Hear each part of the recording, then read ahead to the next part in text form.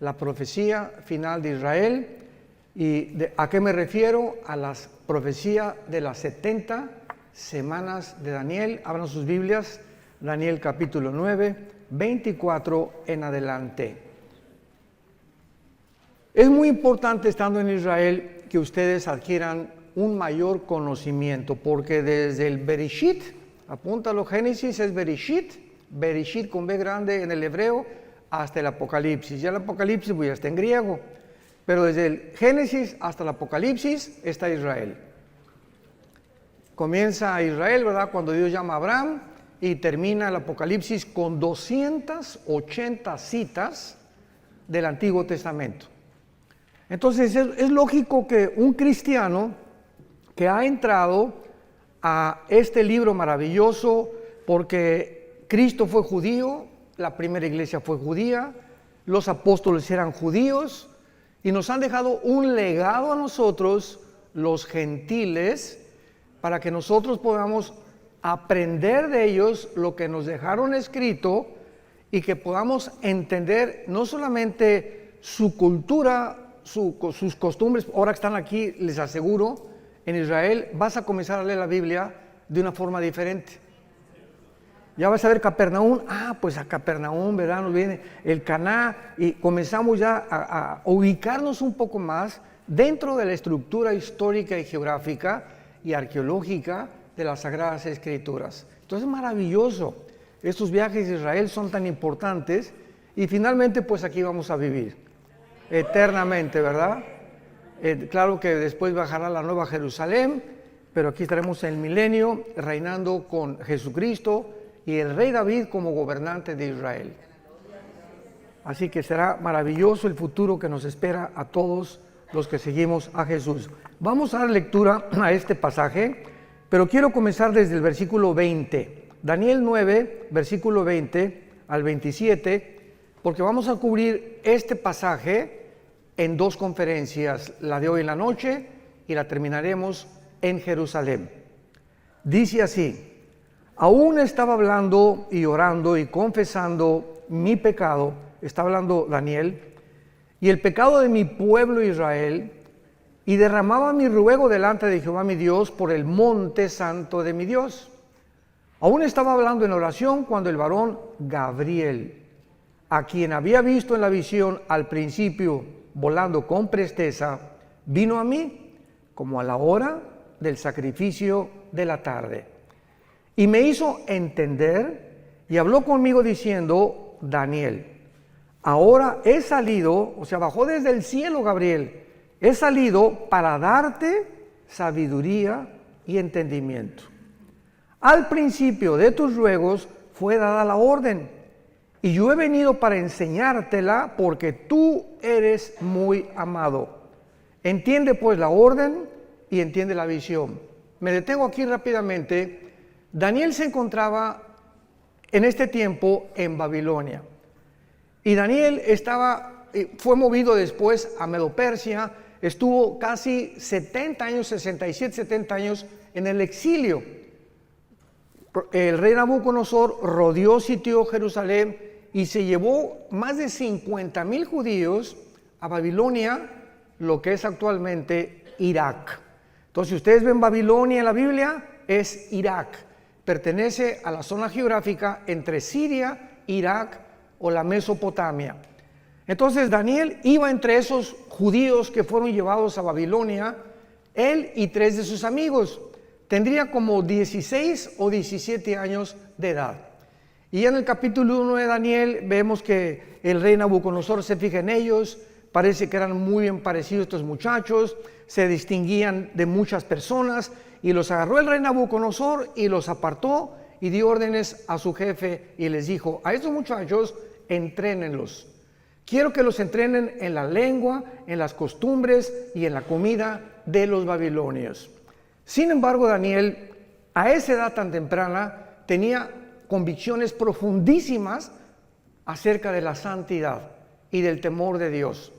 Entonces ellos oraron y decidieron no participar de los alimentos, porque ya saben que los judíos comen kosher, y muchas cosas estaban contaminadas como el puerco, etcétera, etcétera, y todavía estaban bajo la ley.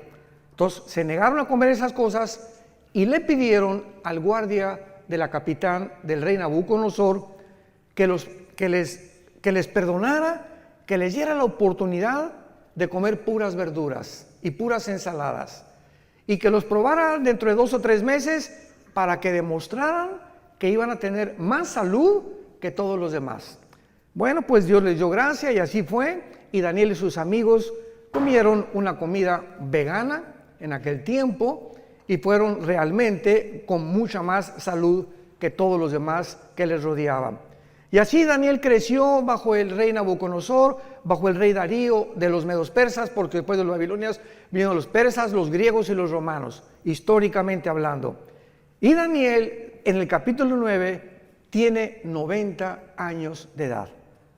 Abordamos ya el final de su vida y Daniel se da cuenta, vayamos rápidamente al libro de Jeremías, capítulo 25, comienza a estudiar Daniel Jeremías y descubre algo que comienza a conmover las más profundas fibras de su alma. Dice Jeremías 25, versículo 14: y toda esta tierra será puesta en ruinas y en espanto, y servirán estas naciones al rey de Babilonia 70 años. Y cuando sean cumplidos los 70 años, castigaré al rey de Babilonia y aquella nación por su maldad, ha dicho Jehová, y la tierra de los caldeos, y la convertiré en desierto para siempre. Daniel descubre que la cautividad babilónica está a punto ya de cumplirse. Y dice, bueno, 70 años ya, estamos casi en el año 69. Y entonces Daniel, conmovido, comienza a preguntarle a Dios en todo el capítulo 9, orando, que cuál sería el destino final entonces de Israel. Bueno, vamos, ya se cumplen los 70 años, ¿nos vas a regresar a nuestra tierra? ¿Nos has abandonado por completo? ¿Cuál es el futuro de la nación Santa Jerusalén y de tu pueblo judío? Y entonces Dios manda al ángel Gabriel. Y Gabriel trae la respuesta de Daniel, porque durante 3 semanas Daniel se la pasó ayunando, buscando a Dios en oración para poder obtener una respuesta satisfactoria de parte de Dios. Entonces el ángel Gabriel se le aparece a Daniel y le revela el ángel Gabriel toda la historia de Israel hasta la segunda venida de Jesucristo. Le dice todo lo que tiene que pasar Israel a través de la historia. Y cuando nosotros en el siglo XX y XXI somos testigos del regreso de judíos en el 48 y lo que está pasando ahorita y lo que se aproxima, somos los testigos de que solo Dios pudo haber puesto la historia en esta secuencia y en esta cronología sobrenatural.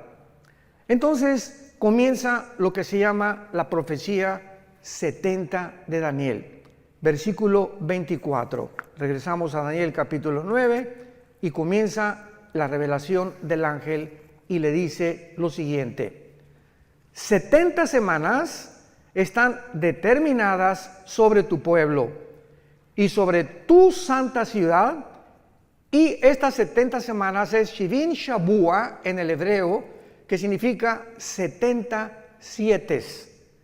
Los judíos tenían semanas de días y tenían semanas de años. Entonces se encuentra en el libro de Levítico. Entonces no eran 70 semanas, 7 por 7, 49 semanas. Eran 70 semanas de años. O sea, 7 por 7, 490 años. Esto es importantísimo que vayan tomando nota para que tengan un bosquejo clarísimo, que es la profecía más grande de toda la Biblia acerca del futuro de la nación de Israel y de la parte que nosotros vamos a formar como iglesia dentro de esta profecía, porque cuando esta profecía se cumpla, la iglesia desaparece del mundo. Antes de que se cumpla la profecía, perdón. Entonces, 490 años están determinadas, no sobre la iglesia, sobre tu pueblo y sobre Jerusalén. De aquí en adelante, Daniel, cuando oigas la orden, lo vamos a ver más adelante, de restaurar las murallas de Jerusalén hasta el Mesías, increíble que matemáticamente la Biblia haya profetizado el día exacto de la primera venida de Jesucristo. Desde que se ordene la restauración de las murallas de Jerusalén hasta el Mesías habrá 483 años. Entonces, ¿cuántos años faltan? 7 para los 490, que son los 7 años de la tribulación, como lo vamos a ver. Por eso cuando estudiamos la Biblia y ¿cuándo vendrá Cristo? Antes de la tribulación, o pasará a la iglesia la tribulación, es ignorar la profecía 70 de Daniel. Entonces hay cantidad de gente que se atreve a predicar barbaridades sin tener las bases claras de las profecías bíblicas. 70 semanas están determinadas sobre los judíos y sobre Jerusalén. Número 1, veamos las 6 cosas que se tienen que cumplir. Número 1, para terminar la prevaricación. 2, poner fin al pecado. 3, expiar la iniquidad. 4, traer la justicia perdurable. 5, sellar la visión y la profecía. Y 6, y ungir al Santo de los Santos. Sabe pues, le dice el ángel, y entiende que desde la salida de la orden para restaurar y edificar Jerusalén hasta el Mesías habrá 7 semanas y 62 semanas, y se volverá a edificar la plaza y el muro en tiempos angustiosos, y después de las de 62 semanas se quitará la vida al Mashiach, a Mashiach, a Mashoch, como dicen en hebreo, mas no por sí, y el pueblo de un príncipe que ha de venir destruirá la ciudad y el santuario, y su fin será con inundación. Hasta el fin de la guerra durarán las devastaciones. Y por otra semana, o sea, por 7 años, que una semana tiene 7 años, confirmará el pacto con muchos. A la mitad de la semana hará cesar el sacrificio y la ofrenda. Después, con la muchedumbre de las abominaciones, vendrá el desolador, que es el anticristo. Lo vamos a ver todo esto, hasta que venga la consumación y lo que está determinado se derrame sobre el desolador. Así pues, esta profecía, que se conoce como la profecía de las 70 semanas de Daniel, es revelada al profeta Daniel para que él pueda conocer claramente qué es lo que Dios tiene destinado para esta nación de Israel. Y esta es la razón por la cual nosotros como cristianos sabemos que después de la guerra del 48 que regresaron ellos, para que esto se cumpliera, Israel tenía que regresar. Si no hubiera regresado Israel en el 48, ninguna profecía de los últimos tiempos, todas relacionadas con la nación de Israel, no se hubieran podido cumplir. Entonces, el hecho que hayan regresado el 14 de mayo del 48 y esta nación se haya convertido en un estado libre, independiente y soberano en un día, el fenómeno ya lo vimos, más grande de la historia, ninguna nación en un día se ha conformado, nos habla que comienza el reloj, la cuenta regresiva de Dios. Ya más adelante veamos que Cristo profetiza, ¿verdad?, la señal de la higuera, que cuando la higuera reverdezca, que es Israel, no pasará una generación sin que esto o estas profecías se cumplan. Muy bien, ahora veamos los detalles punto por punto de esta profecía. 6 cosas le menciona el ángel Gabriel para que se cumplan los 490 años. Número 1, terminar la transgresión. Hay un grupo, quiero explicar esto, hay un grupo de cristianos, hermanos nuestros, y pues hay algunas perspectivas diferentes en muchos pasajes de la Biblia, no esenciales ni relacionados con la salvación. Por ejemplo, dentro del cristianismo hay cristianos que creen que se pierde la salvación. Y si tú crees que se pierde la salvación y yo no creo que se pierda la salvación, Es una doctrina no esencial, aunque va a detener el desarrollo de tu comprensión de muchas cosas, pero nos vamos a ver en el cielo. Finalmente, ¿no? Hay cristianos que creen que todos tienen que hablar en lenguas y otros que no, que el don de lenguas es para ciertas personas. Y si tú sigues creyendo eso, digo, vuelvo a repetirte, ¿no? Vas a tener que algún día recuperar la razón y entender que no es así, porque es clarísima 1 Corintios 12, que Dios reparte en particular como Él quiere, ¿no? Pero nos vamos a ver en el cielo también, de todas maneras. Entonces, hay cristianos que creen que esta profecía ya se cumplió y que dicen, bueno, pero ¿cómo es posible que cuando Cristo muere en la cruz no se haya cumplido la expiación de la iniquidad, la transgresión de Israel, poner fin al pecado, etcétera, etcétera? Porque esto tiene que haberse cumplido cuando Cristo se cumplió para gentiles y judíos. ¿Cuál es el problema o cuál es la razón por la cual hay una parte del cristianismo que interpreta de esta manera esta profecía? Es muy fácil la respuesta. Se llaman o cristianos reformados o dispensacionalistas. Entonces, el dispensacionalismo, la palabra dispensación significa administración o la economía de Dios para poder administrar las diferentes fases de las épocas de toda la Biblia, desde Adán hasta la segunda venida de Cristo.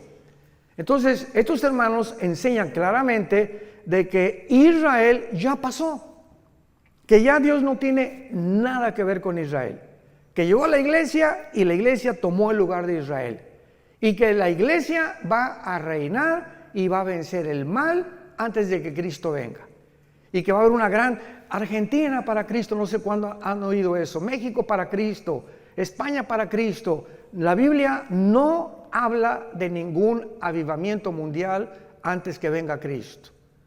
Los avivamientos que va a haber antes que venga Cristo, el arrebatamiento, van a ser como el de Asbury. Hace poco vieron ustedes en Kentucky, ¿no?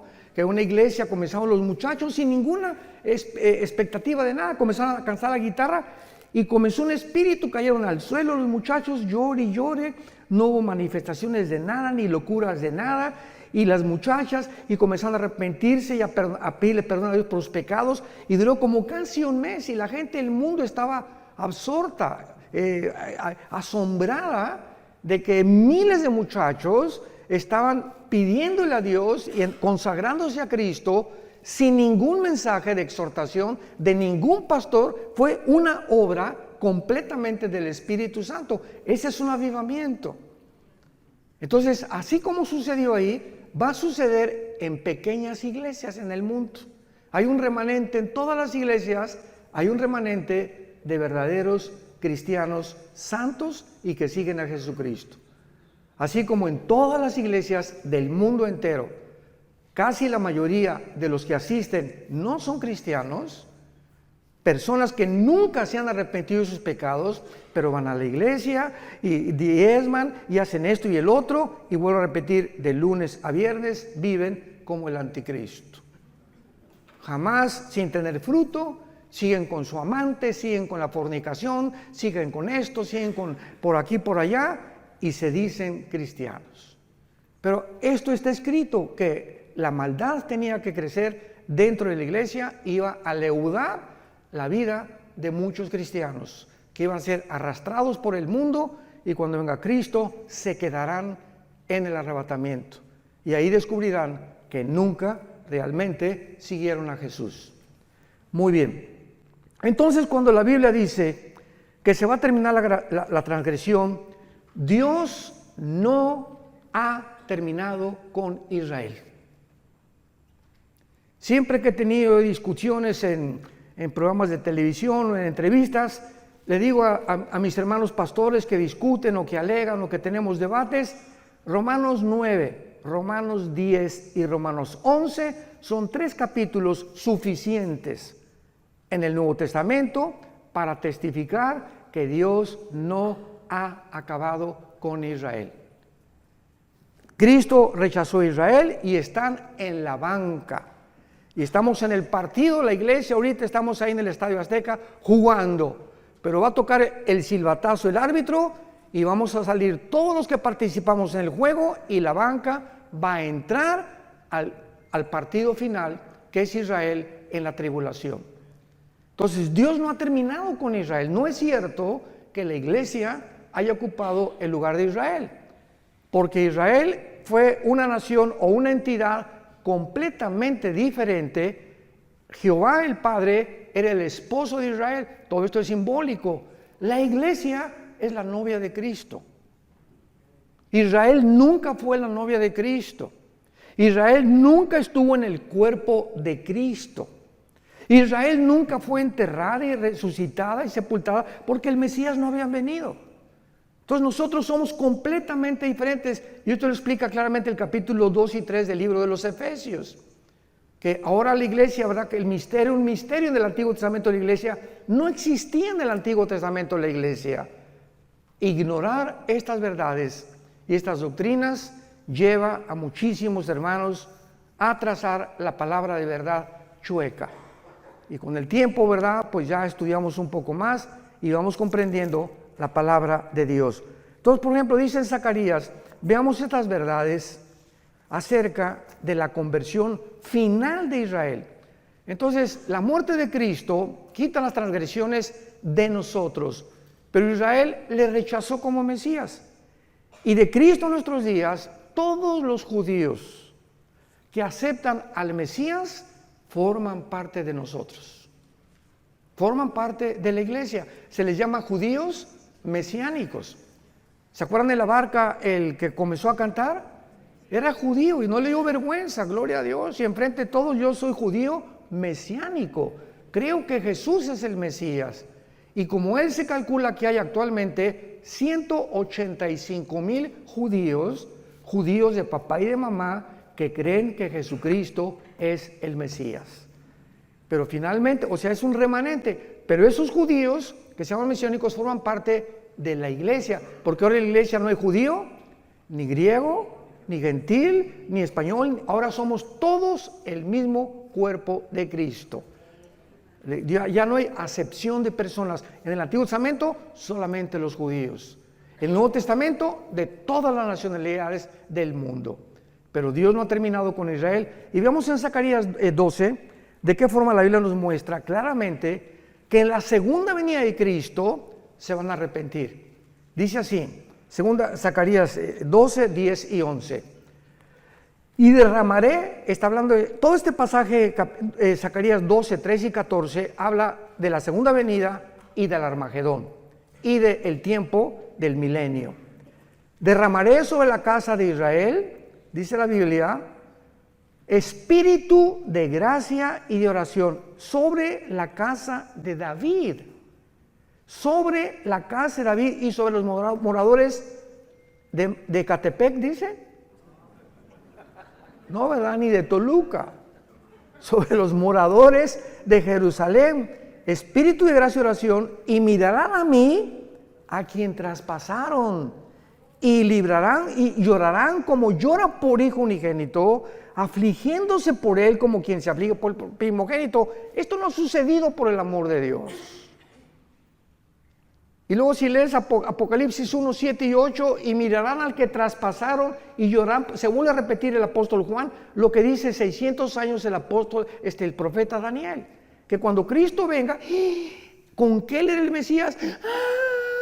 Y imagínense nada más la frustración que tendrán, que le negaron, se fueron en contra de él, persiguieron a sus hermanos, nos persiguieron a nosotros, y se encuentran con Jesucristo, es el Mesías.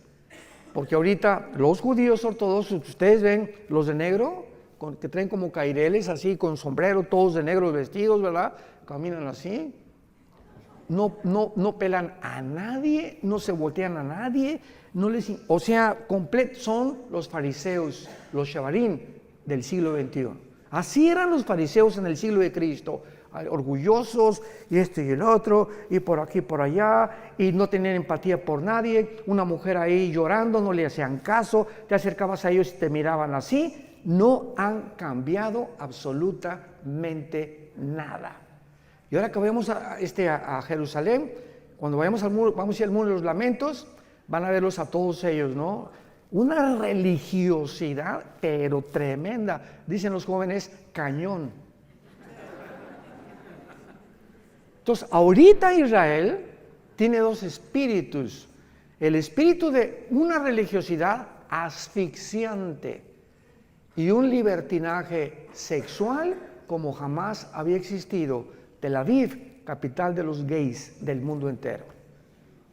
Estaba en Madrid el año pasado, ya se cambió a Tel Aviv. Y bíblicamente va a ser la última capital de ellos, porque Apocalipsis 11 habla y dice, Jerusalén será como Sodoma y Gomorra. Fíjense, nada más hace 2000 años se profetizó en Apocalipsis que llegaría el tiempo en que se convertiría como Sodoma y como Egipto. Y ya lo estamos viendo con nuestros propios ojos. Muy bien.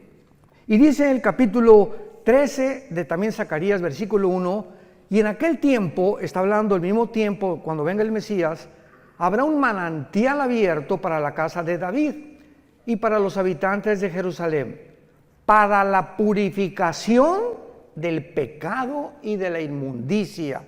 Hasta que venga Jesucristo en la tribulación, van a ser purificados, van a enfrentarse con la limpieza de sus pecados. Es la primera condición de la profecía de Daniel, terminar la prevaricación.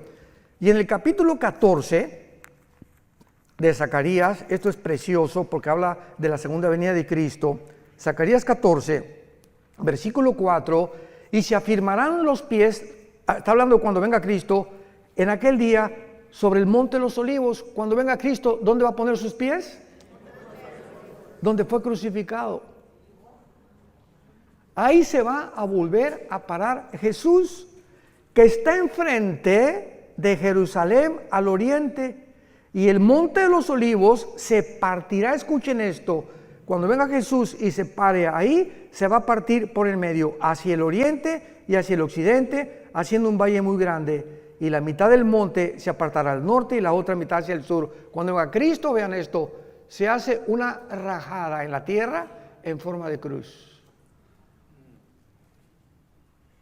Se vuelve a hacer la cruz, pero ahora no entre el cielo y la tierra, ahora en la tierra, así, del norte a sur, de oriente a occidente. Y dice el versículo 9, y Jehová será rey sobre toda la tierra en aquel día, Jehová será uno y uno su nombre. ¿Cómo se puede entonces entender de que esto ya pasó? O de que esta profecía se va a cumplir ya cuando Jesús vino, por no entender la diferencia entre Israel y la iglesia. Nos remontamos al mismo común factor denominador. Vayamos al segundo punto, Daniel 9, segunda condición. En segundo lugar, poner fin al pecado. Poner fin al pecado. Vayamos a Jeremías 31, otra profecía para el futuro, para Israel, cuando se les impartirá vida espiritual nueva a los judíos.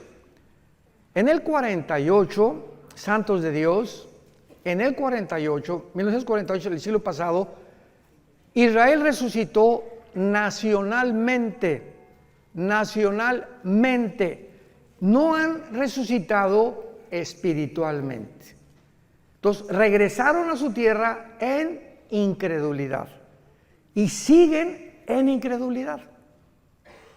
¿Cuándo todo Israel se convertirá al Mesías? Cuando Jesucristo regrese por segunda vez. Entonces, por eso dice la Biblia, pondrán fin al pecado. Jeremías 31, versículo 31 al 33. Vean qué belleza de profecía encontramos aquí. He aquí que vienen días, dice Jehová, en los cuales haré nuevo pacto con la casa de Israel y con la casa de Judá, no como el pacto que hice con sus padres el día que tomé su mano para sacarlos de la tierra de Egipto, porque ellos invalidaron mi pacto, aunque fui yo un marido, ahí está, fui un marido para ellos, dice Jehová. Pero este es el pacto que haré con la casa de Israel. Después de aquellos días daré mi ley en su mente, la escribiré en su corazón, yo seré para ellos Dios y ellos me serán a mí por pueblo. Este pacto, que es el pacto de sangre, Hebreos capítulo 8, nosotros somos los beneficiarios. Porque nosotros que somos la iglesia, en el momento que recibimos al Espíritu Santo, comenzamos en nuestra mente a conocer las leyes de Dios, y dichosos los que las guardan en su corazón. Bendito sea el varón que día y noche medita en este libro de la ley, que guarda en su corazón las palabras de Dios y las enseña a su esposa, las enseña a sus hijos, porque esa será la casa que yo bendeciré, dice Jehová de los ejércitos. Entonces, esto es para el futuro. Y dice aquí claramente, ¿verdad? El versículo 38 de Jeremías 31. Vienen días, dice Jehová, en que la ciudad será edificada a Jehová desde la tierra de Janael hasta la puerta del ángulo. Y saldrá más allá del cordel la medida, el collado de Gareb, y rodeará toda lo que es Goa. Y todas estas regiones actualmente no han sido ni restauradas ni reedificadas, como lo será en la segunda venida de Jesucristo. Número 3, Daniel 9, 24 al 27, para expiar la iniquidad, apuntando hacia la muerte de Cristo, que Él hizo en la cruz. ¿Qué cosa? ¿Qué fue la muerte de Cristo? Expiatoria. ¿Qué significa expiatoria? Sacrificial. Cristo muere en la cruz y Él se sacrifica. Tú y yo teníamos que morir. Tú y yo hemos pecado. ¿Qué vas a hacer con tus pecados? Bueno, hermano, pues soy religioso y bueno, entonces Dios hubiera dicho, miren mis chamaquitos, todas las iglesias y todas las religiones van a llevar a Dios. Y cada quien con su religión y no hay ningún problema, nos vemos en el cielo. ¿Por qué no hizo Dios eso? ¿Por qué tenía su unigénito hijo que morir en una cruz? Si todas las religiones salvan y hay otro camino fuera de Cristo al cielo, la muerte de Cristo fue un desperdicio. ¿Para qué Cristo tuvo que morir? Hubiera dicho, Señor, pues hagan todos mejor, hagan buenas obras, pórtense bien y den sus diezmos, sus ofrendas y respeta a tu esposo y nos vemos en el cielo. Y cuando estaba en Getsemaní, Jesucristo comenzó la pasión, cayó de rodillas y comenzó lo que se llama la hematodrosis, científicamente, que es cuando los capilaridades de la sangre se rompen por una presión externa que experimentó Cristo. Ahora vamos a ir a Getsemaní, y es curioso que la palabra Getsemaní significa el aceite prensado. Es lo que significa Getsemaní en el hebreo, aceite prensado. Y ahí comienza Cristo a ser prensado, apretado, y sale la sangre. Y Jesús grita, Padre, si es posible, ¿habrá otra forma en la que puedas perdonar a la raza humana? ¿Por qué no les dice nada más que se portan bien, Señor? Que cada quien tenga su religión y todo. 3 veces Cristo dijo, Señor, si es posible, pasa de mí esta copa. ¿Cuál era el temor de Jesús? ¿Los clavos? ¿El látigo de 7 colas de los romanos que se enrollaba en el cuerpo de la víctima, le daba como 4 o 5 vueltas y tenían puntas de hueso y de hierro, las puntas de los látigos romanos, y cuando el soldado jalaba el látigo, desgajaba todos los tejidos subcutáneos de la espalda y del pecho. Entonces, después de los 39, porque la ley judía decía que no podían hacer más de 40 latigazos, entonces le dieron 39. Cuando Cristo terminan de flagelarlo, Cristo no tenía piel ni aquí, no tenía piel en la espalda. Y sobre eso le ponen un manto que se le pega como una hora de aquí a la cruz, y cuando llega a la cruz le arrancan el manto para toda la piel que le quedaba, y así con esa espalda despellejada y sin ninguna protección, lo acuestan en un madero. A eso le tendría miedo Jesús cuando dijo, si es posible, pasa de mí esta copa, o los clavos.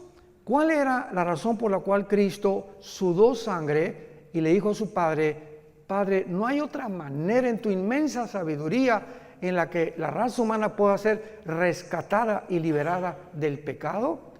Cristo sufrió y experimentó en la cruz lo más terrible que pudo haber sucedido físicamente. En la cruz el Padre abandonó al Hijo.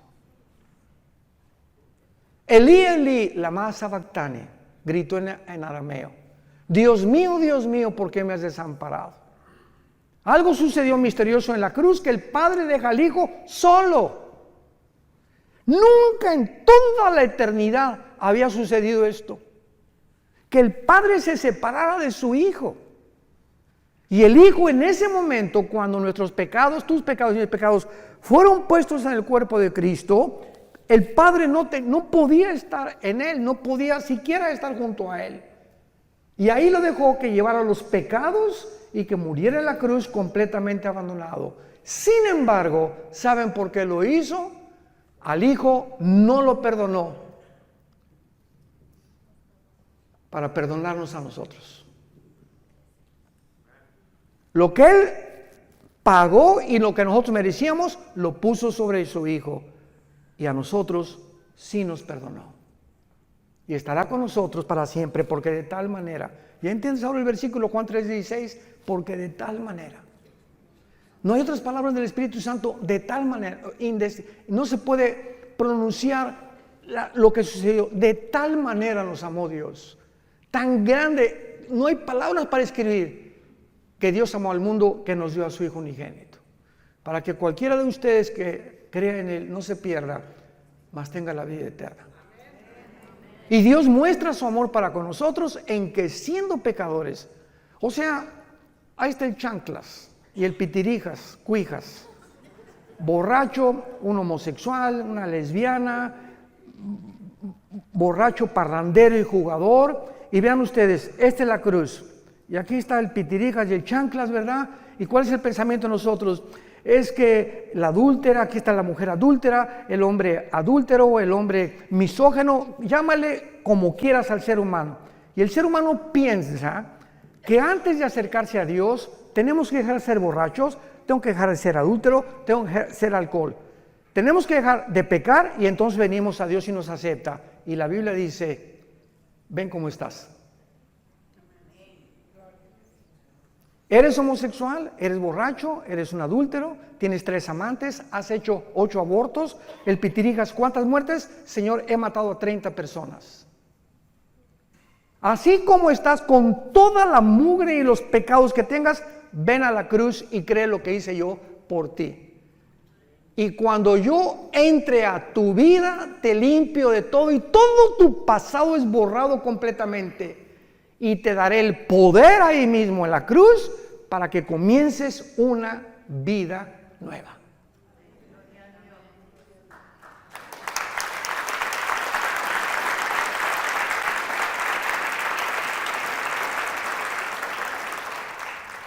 ¿Saben ustedes cuál es la palabra que no se encuentra en ninguna religión? Gracia. Esto se llama gracia. Una palabra desconocida que es la gracia, algo que no merecemos. Hace muchos años, en el 85-86, cuando el general Arturo Durazo era jefe de la Policía Metropolitana, mi hijo Alan, venía un helicóptero por nosotros porque me iban al hangar presidencial. El jefe tenía un escuadrón de helicópteros Durazo en aquel tiempo, en los 80s, y el jefe del escuadrón de helicópteros de la policía, y lo voy a decir porque se está muriendo mi hermano Roberto Barragán, fue a un estudio de nosotros de Apocalipsis, yo decía Apocalipsis en un estudio, se convierte y le lleva al general Durazo un cassette mío, de una conferencia, creo que fue día después de la muerte, algo así.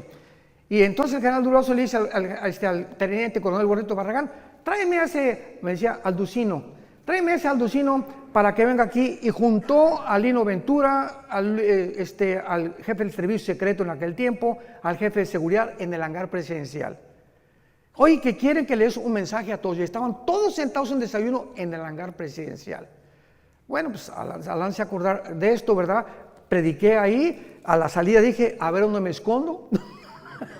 Prediqué de qué le sirve al hombre ganar el mundo si pierde su alma. Total que fue impactado el general Durazo y de ahí nos llevó al colegio de la policía, al desierto de los leones. Y a todos los meros de rango más alto de la policía les predicamos también. Bueno, para no ser tan largo el cuento, yo le dije, general, a mí me interesa predicarle a los presos, porque teníamos un ministerio en Santa Marta, Catitla, en la penitenciaría federal y en la cárcel de mujeres. en la carretera que lleva hasta Puebla, Calzada Zaragoza. Y entonces nos mandó un helicóptero y a todo eran 1,636 presos en ese tiempo, y ordenó el general Durazo al general de la prisión, que también era policía, que los juntara en el patio a todos. Y después de que hicimos ese evento, todos los presos así, ¿verdad? Y rasgados, y ves en el video que tenemos ahí, pero así unas caras, y conforme iba pasando el mensaje, ves cómo se les iban suavizando las caras, se convirtieron 1,150 presos. 1,150 presos. Y al final llega uno y se acerca conmigo y me dice: oiga, pastor, quiero contarle algo. Sí, con mucho gusto, venía pero bañado en lágrimas. Y me dice: fíjese que yo estoy aquí en la prisión por un asesinato. Yo soy gatillero a sueldo de Veracruz, donde dicen que la vida no vale nada. Y me mandaron, desde los 12 años me contrataron para matar personas. Desde los 12 años. Y yo llevo hasta ahorita 27 asesinatos. Vine hace algunos meses a México comisionado para matar a un político, y en el periférico se me atravesó alguien, saqué la 38 y lo maté. Por ese asesinato me agarraron y estoy aquí en la cárcel, no por los otros 27 que yo debo. ¿Usted cree que Dios me puede perdonar? Y le dije: si tus pecados fueren como el carbón, como la blanca lana, vendrán a ser. Eres hijo de Dios y todo tu pasado está borrado. ¿Y saben qué es lo que pasa? Que los fariseos dicen: ay, sí, qué fácil. No, pues ¿sabes una cosa? Contéstale: no fue así de fácil. Al Hijo de Dios le costó su vida en una cruz.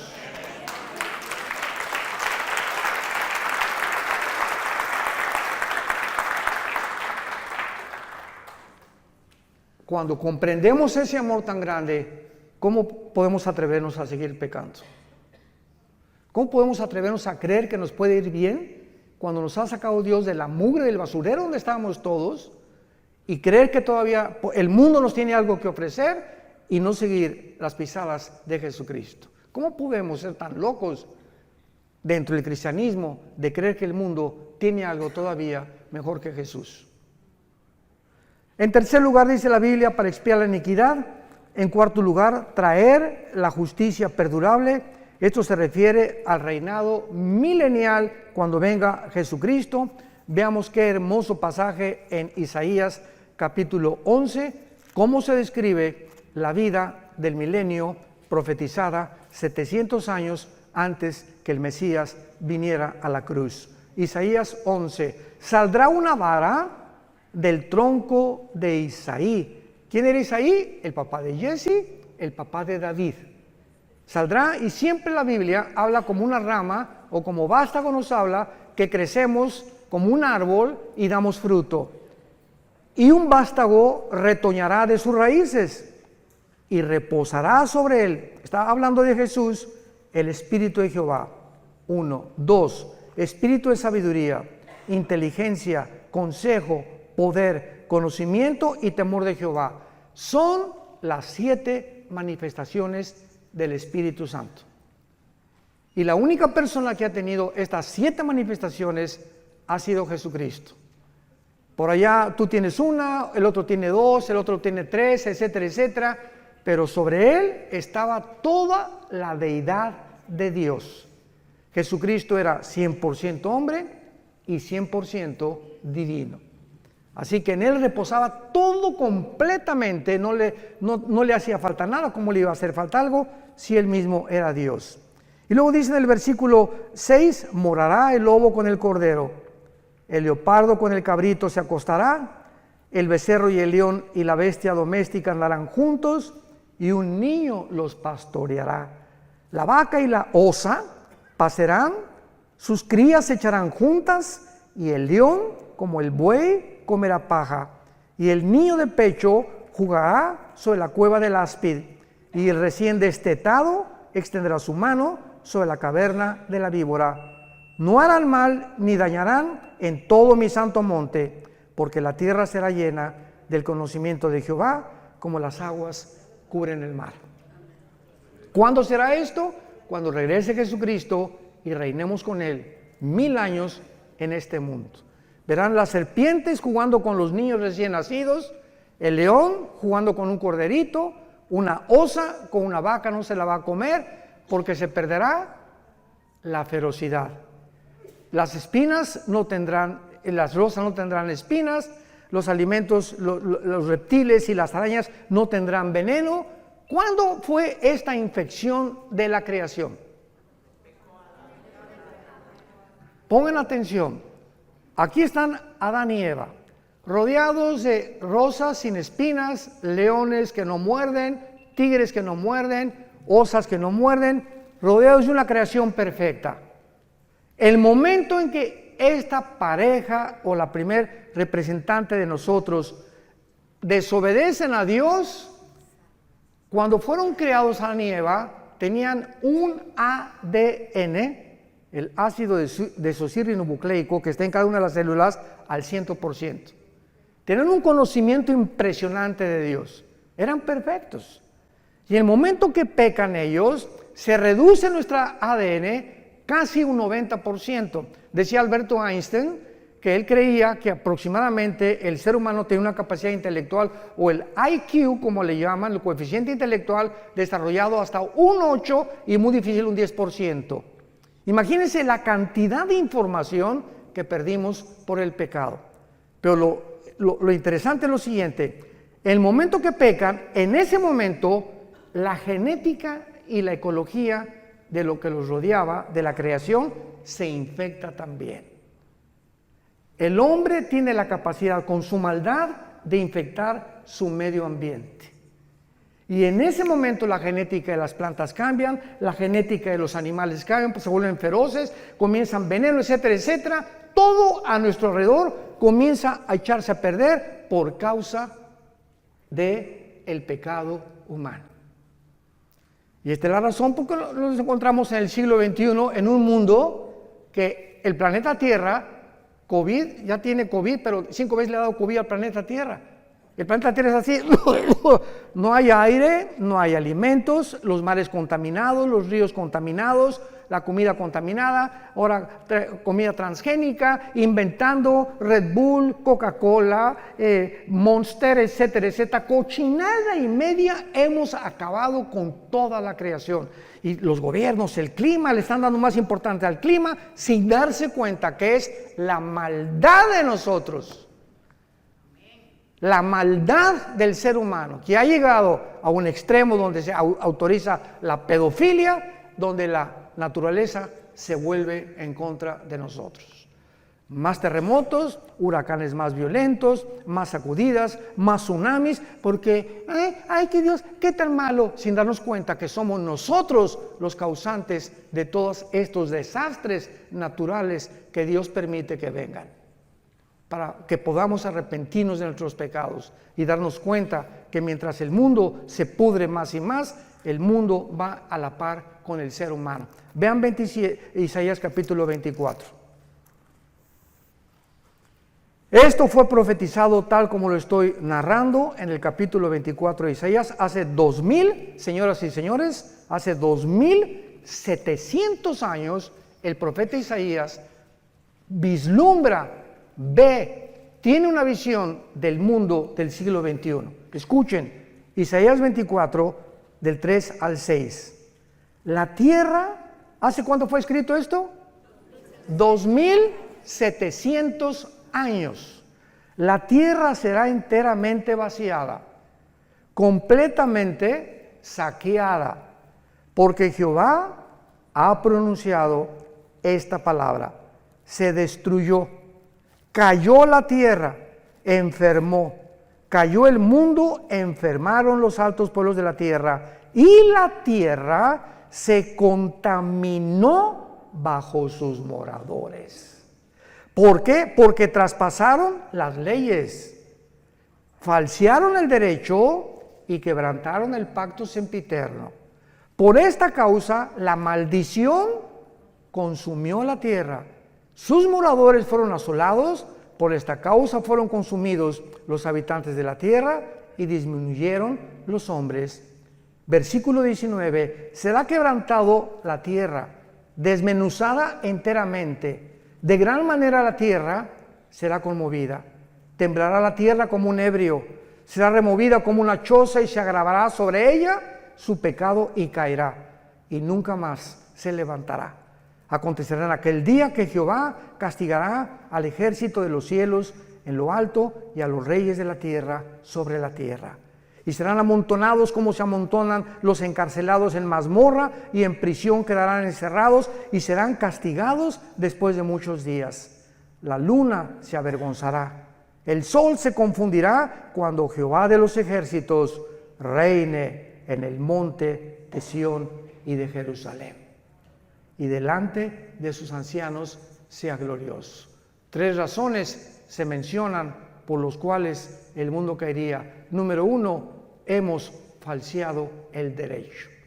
Cuando Dios nos creó, marcó una línea y dice el Señor: no cruces esa línea, no cruces el alto. Cuando se prenda la luz amarilla, detente, porque si te pasa la luz amarilla, tienes probabilidades de causar un accidente, lastimarte tú y tu familia. De la misma forma, hay leyes espirituales. Nunca tengas sexo fuera del matrimonio. No cometerás inmoralidad. No desearás la mujer de tu prójimo. No fornicarás. No cometerás adulterio. El sexo fue diseñado dentro de la dimensión del matrimonio, nada más.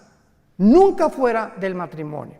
Respeta a tus hijos, enseña a tus amigos, y estas líneas de la ética y de la moral las hemos traspasado como nunca en el siglo XXI, donde nos atrevemos a decir que hay más de 2 géneros y autorizar la pedofilia y bueno, tantas cosas que estamos viendo a nuestro alrededor.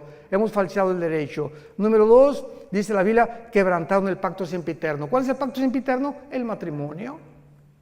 Es la institución más santa, más sagrada que existe desde el principio de la Biblia hasta el final de la Biblia.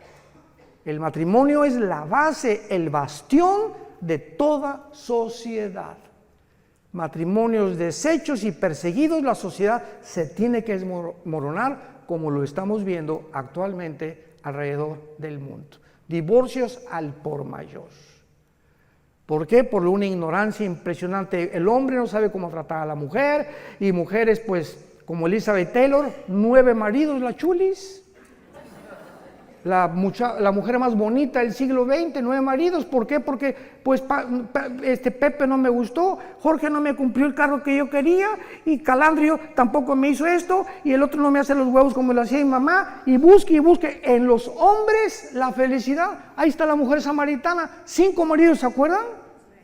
Llevaba 5 maridos la pobrecita, buscando y creyendo que un hombre u otro mejor matrimonio, otra mujer, te va a hacer feliz. ¡Qué cosa tan tonta del ser humano!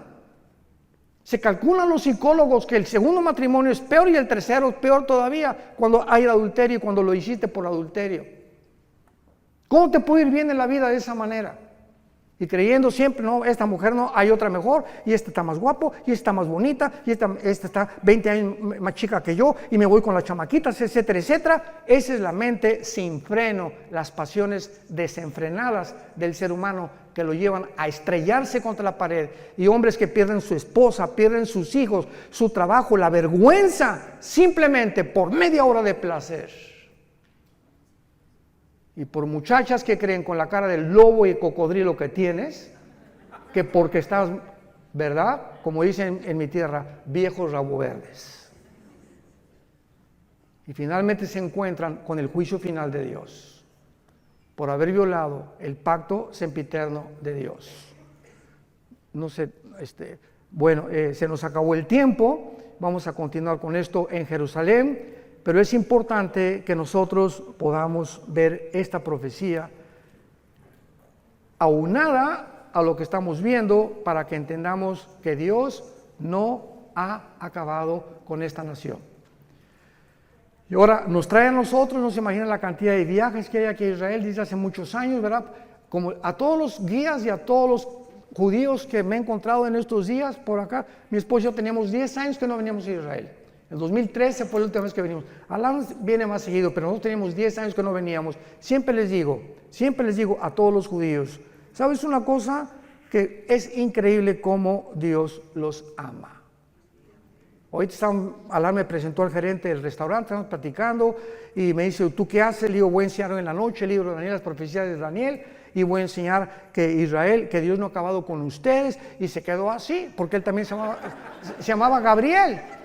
Le dije, voy a hablar del ángel Gabriel, tu pariente, le dije. Pero es maravilloso, ¿verdad? Porque ellos se sorprenden que nosotros tengamos un poco más de profundidad en la Torá o en la ley para ellos, que son los 5 libros de la Biblia, que ellos mismos y que los mismos rabinos. Porque dice 2 Corintios 3 que cuando se les caiga el velo van a convertirse. Y ahorita los judíos tienen un velo que les impide ver y entender la realidad de quién es Jesucristo. Padre, te damos gracias en esta noche preciosa, donde nuestros cuerpos, que son el templo del Espíritu Santo, ya no nos pertenecemos a nosotros, ya no podemos hacer lo que querramos con nuestro cuerpo, porque nos has comprado con precio, con tu sangre preciosa, no con oro y plata, sino con tu sangre preciosa que derramaste en esa cruz. Abre nuestro entendimiento, Espíritu Santo, para que podamos comprender la anchura, la altura y la profundidad del amor de Jesús, que sobrepasa todo entendimiento. Gracias, Señor Jesús, el unigénito de Dios. En Él fueron hechos los cielos y la tierra, y todas las cosas fueron hechas, y sin Él nada ha sido hecho. En Él estaba la vida, y la vida era la luz de los hombres. Gracias, Jesús, porque tus apóstoles te palparon, vivieron contigo 3 años y medio, escucharon del verbo de vida, que tú eras la vida encarnada, que te hiciste hombre para poder vivir entre nosotros y voltear completamente la manera como vivimos a la manera que a tu Padre le agrada. Aprendan de mí, dijo Jesús, que soy manso y humilde de corazón, y hallaréis gracia y descanso para vuestras almas. Oramos en tu nombre precioso, Señor Jesús.